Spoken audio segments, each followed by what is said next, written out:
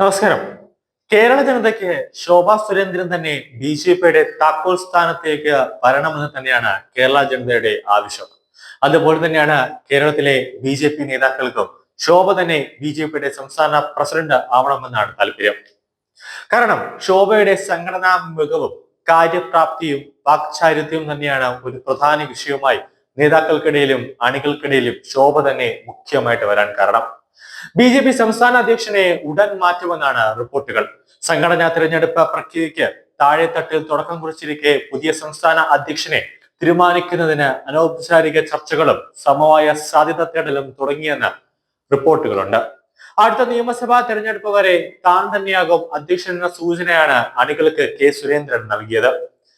ഇതിനിടെയാണ് പുതിയ റിപ്പോർട്ടുകൾ കേന്ദ്രത്തിൽ നിന്നും പുറത്തു വരുന്നത്. പുതിയ അധ്യക്ഷനെ കണ്ടെത്താൻ സജീവ ചർച്ചകൾ നടക്കുന്നുവെന്ന് തന്നെയാണ് സൂചനകൾ. ബൂത്ത് തലത്തിലുള്ള തെരഞ്ഞെടുപ്പാണ് ബി ജെ പിയിൽ നടക്കുക. അതിനുശേഷം മണ്ഡലം ജില്ലാ പ്രസിഡന്റുമാരുടെ തെരഞ്ഞെടുപ്പ് പൂർത്തിയാക്കി സംസ്ഥാന അധ്യക്ഷന്റെ തെരഞ്ഞെടുപ്പിലേക്ക് എത്താനാണ് ജനുവരി അവസാനത്തോടെ നീക്കം. ഫെബ്രുവരിയോടെ മാത്രമേ പുതിയ സംസ്ഥാന അധ്യക്ഷൻ ചുമതലയേൽക്കുകയുള്ളൂ. ഇതിൽ സംസ്ഥാന അധ്യക്ഷനെ ദേശീയ നേതൃത്വം നോമിനേറ്റ് ചെയ്യും. സമാനമായി ജില്ലാ അധ്യക്ഷന്മാരെയും നോമിനേറ്റ് ചെയ്യാനാണ് സാധ്യത. അങ്ങനെയെങ്കിൽ സംസ്ഥാന അധ്യക്ഷനെത്തിയ ശേഷമേ ജില്ലാ പ്രസിഡന്റുമാര് വരികയുള്ളൂ. തെരഞ്ഞെടുപ്പിന് പറയുന്നുണ്ടെങ്കിലും, അതായത് തെരഞ്ഞെടുപ്പിന് ഒരു കളം ഒരുങ്ങുന്നുണ്ടെങ്കിലും എല്ലാ തലത്തിലും സമവായത്തിന്റെ അടിസ്ഥാനത്തിൽ നേതൃത്വം പുതിയ അധ്യക്ഷന്മാരെ പ്രഖ്യാപിച്ചേക്കും.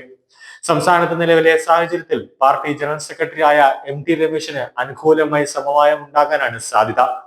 അതേസമയം പാർട്ടി ഉപാധ്യക്ഷ ശോഭാ സുരേന്ദ്രന്റെ പേര് പരിഗണനയിലാണ് മുഖ്യമായി വരുന്നത്. രമേശിന് അനുകൂലമായി അന്തിമഘട്ടത്തിൽ അഭിപ്രായ ഐക്യമുണ്ടായില്ലെങ്കിൽ ശോഭാ സുരേന്ദ്രന് തന്നെ നറുക്ക് വീഴും. ദീർഘകാലത്തെ പ്രവർത്തന പാരമ്പര്യവും സംസ്ഥാന പാഠവും എം ടി രമേശിന് അനുകൂലമായ ഒരു ഘടകമാണ്. മത്സരിച്ച എല്ലാ മണ്ഡലങ്ങളിലും പാർട്ടിയുടെ വോട്ട് വിഹിതം ഉയർത്തിയത് ശോഭാ സുരേന്ദ്രന് തുണയാകുമെന്ന് തന്നെയാണ് നേതാക്കൾ ഒന്നടക്കം പറയുന്നത്. മുൻ കേന്ദ്രമന്ത്രി വി മുരളീധരൻ ഇപ്പോൾ തന്നെ ദേശീയ നേതൃത്വത്തിന്റെ ഭാഗമാണ്. അദ്ദേഹത്തിന് ദേശീയ തലത്തിൽ പ്രധാന സംഘടനാ പദവികൾ ലഭിച്ചേക്കും.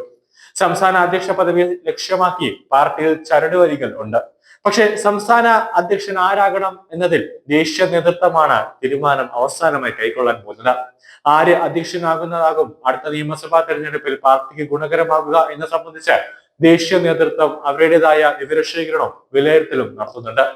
കേരളത്തിലെ RSS നേതൃത്വമായും ചർച്ച നടത്തും. ഇതിനുശേഷം അന്തിമ തീരുമാനം RSSും കൈക്കൊള്ളും BJPയും.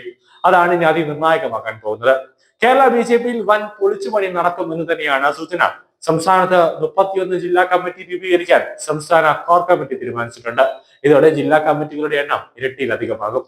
31 ജില്ലാ പ്രസിഡന്റുമാരും ഭാരവാഹികളും BJPയിൽ ഉണ്ടാകും. 10 ലക്ഷം ജനസംഖ്യ ഉള്ള മേഖലകളെ തിരിച്ചാണ് ഓരോ ജില്ലയാക്കുക. 5 ജില്ലകൾക്ക് 3 ജില്ലാ പ്രസിഡന്റുമാർ വീതമുണ്ടാകും. തിരുവനന്തപുരം, എറണാകുളം, കോഴിക്കോട്, മലപ്പുറം, തൃശൂർ ജില്ലകൾക്കാണ് 3 ജില്ലാ കമ്മിറ്റികൾ രൂപീകരിക്കാൻ പോകുന്നത്. ഇക്കാര്യത്തിൽ എല്ലാ ദേശീയ നേതൃത്വത്തിന്റെ അന്തിമ തീരുമാനം ഉടൻ ഉണ്ടാകാൻ പോവുകയാണ്. കൂടുതൽ ജില്ലാ കമ്മിറ്റികൾ എന്ന നിർദ്ദേശം ദേശീയ നേതൃത്വം തള്ളാനും സാധ്യതയുണ്ട്. ഇതിലും RSS തീരുമാനമാകും അതീവ നിർണായകം.